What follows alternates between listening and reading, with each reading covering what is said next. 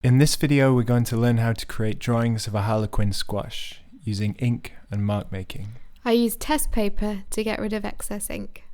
You draw straight and continuous lines. And I count the number of humps. I don't tend to use test paper, but go straight in. You don't use continuous lines, but plot the points round the stem. Your next step is to pull the lines downwards in one single movement. And then I add texture to the stalk with small thin lines. Texture is the way that something feels, or the way that something looks like it feels. In your drawing, you're creating texture by using light and loose marks all the way down the squash. At this point, you're looking at the green and orange markings that run between the ridges from top to bottom. I'm including fine details, specks and dots around the top, and irregular shapes. You're drawing the markings as if they're tattoo designs. You're scribbling in the markings rather than blocking them in. You move the paper around to make the cross-hatching consistent. I leave the paper white where the highlights fall. To complete the drawing, I make up a shadow to give the squash a sense of place. So it's not floating in space. For the midtones in your drawing, you're using a technique called hatching. With hatching, the lines go in one direction, following the contours of the form to make it look 3D. In between the ridges there are dense lines. On top of the ridges, the lines are further apart. In your drawing, you're dealing with line, pattern, and white space. It has this design feel about it. You've enlarged the squash and focused on tone and form. Now we're going to briefly comment on students' work.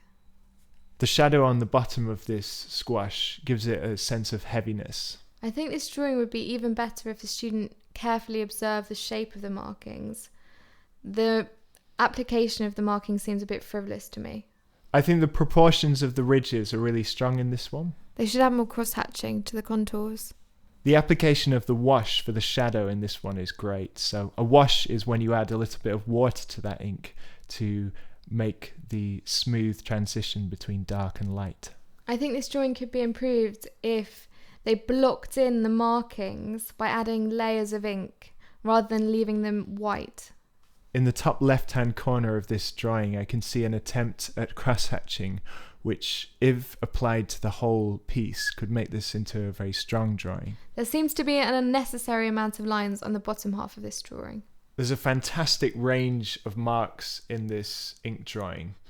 We've got splodges and smears, and it's really exciting to look at. Although there is something really unique about this drawing, it doesn't fulfill the success criteria as it doesn't look like a squash. The proportions are really strong on this one. It could be improved if the markings were more intricate and you could see greater nuance of line. The middle ridge on this one is very promising, and if it's consistent throughout, then this will be a very strong drawing. It's a work in progress. So that's how to create drawings of a Harlequin squash using ink and mark making.